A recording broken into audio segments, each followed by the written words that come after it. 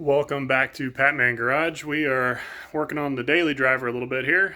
So I recently bought some Expedition takeoff wheels that happen to be the right size tires for my truck, and in the process of doing that, I also realized how thin my rear brake pads were. So getting ready to tow this weekend, and we need to make sure the truck is ready for that task.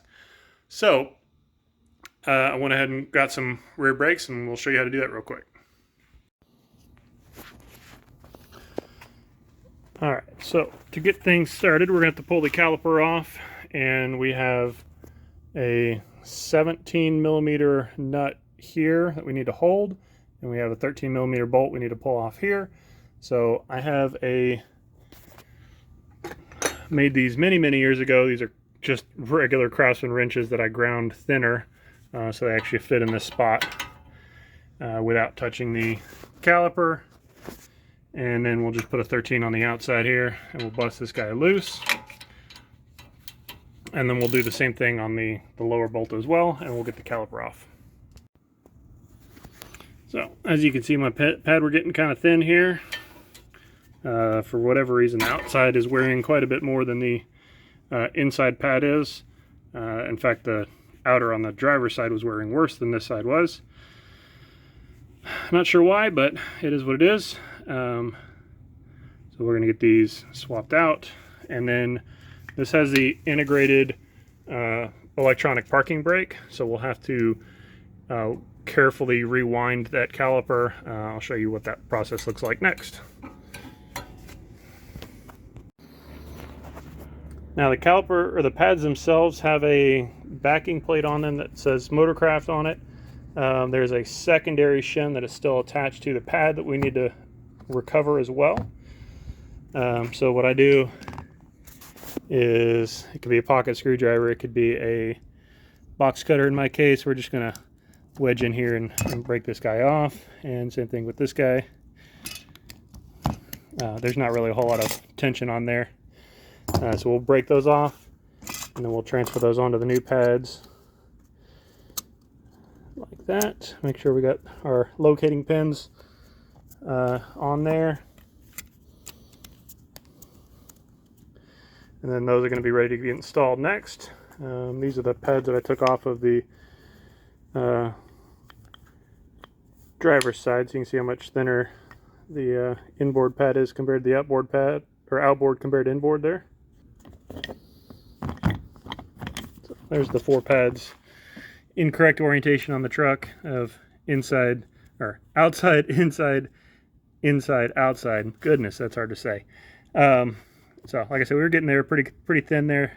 Probably could have gone a little bit longer, but if I wasn't towing, I probably would let them ride. But being towing, I don't really want to smoke the rest of these pads off and end up getting into the rotors. So, and the pads, I think, were like $45 my cost on them from Ford, so not too bad at all. So we'll get we got new spring clips that came with the kit, and then we'll work on winding up that caliper next. Okay, now the spring clip just kind of sits on here. Does not take a whole lot of prying or twisting to get it off. They should come off pretty easily here. These are kind of a little bit stuck in place.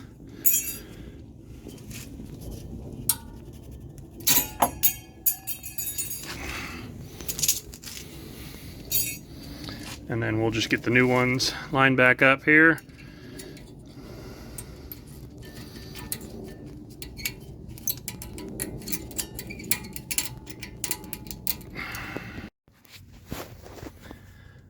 And I definitely will not be able to show you this on camera because I'm going to have my hands full, but basically what we have here on the face of the piston is these grooves. We're going to have to put a tool in here that engages the grooves.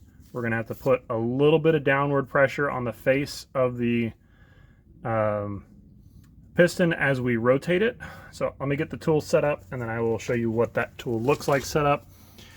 And then, like I said, I won't be able to show you in process because I need both hands. So here's the tool set up. So it has a backing plate that you can press on up against the caliper on, and then you have a tool that engages the piston. So we're going to thread the center rod to push the piston back in here. Okay, we got it fought back in here. Basically, we got that twisted until we got it flush again with the boot. And then we're ready to get this slid back over our new pads. So we got the pads installed. They just slide straight in onto the grooves of the clip here. Pretty self-explanatory on that guy. And then we'll get the caliper in position.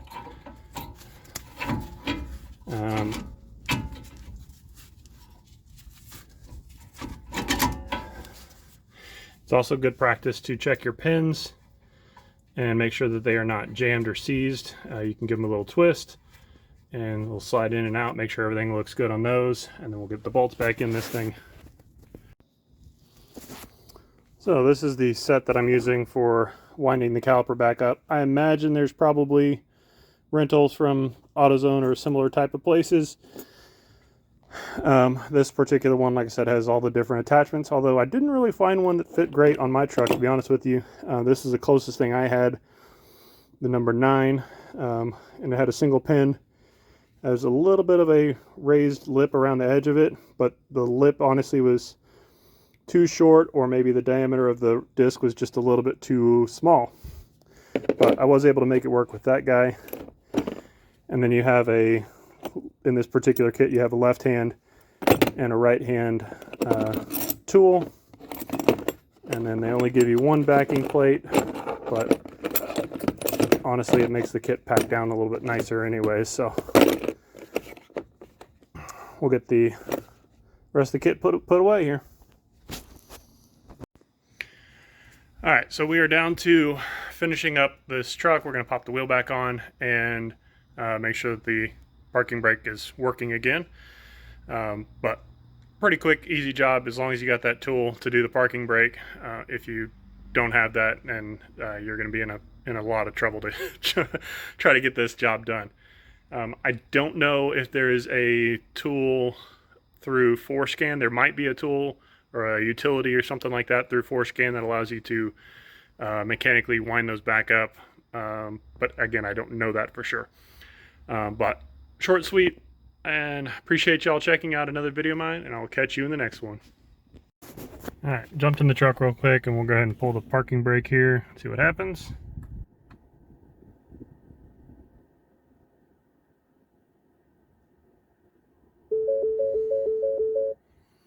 It took a while for it to run down, but I could hear it run down, and we did make it there. And we'll make sure we can release it. Yeah, everything's good to go. Nice.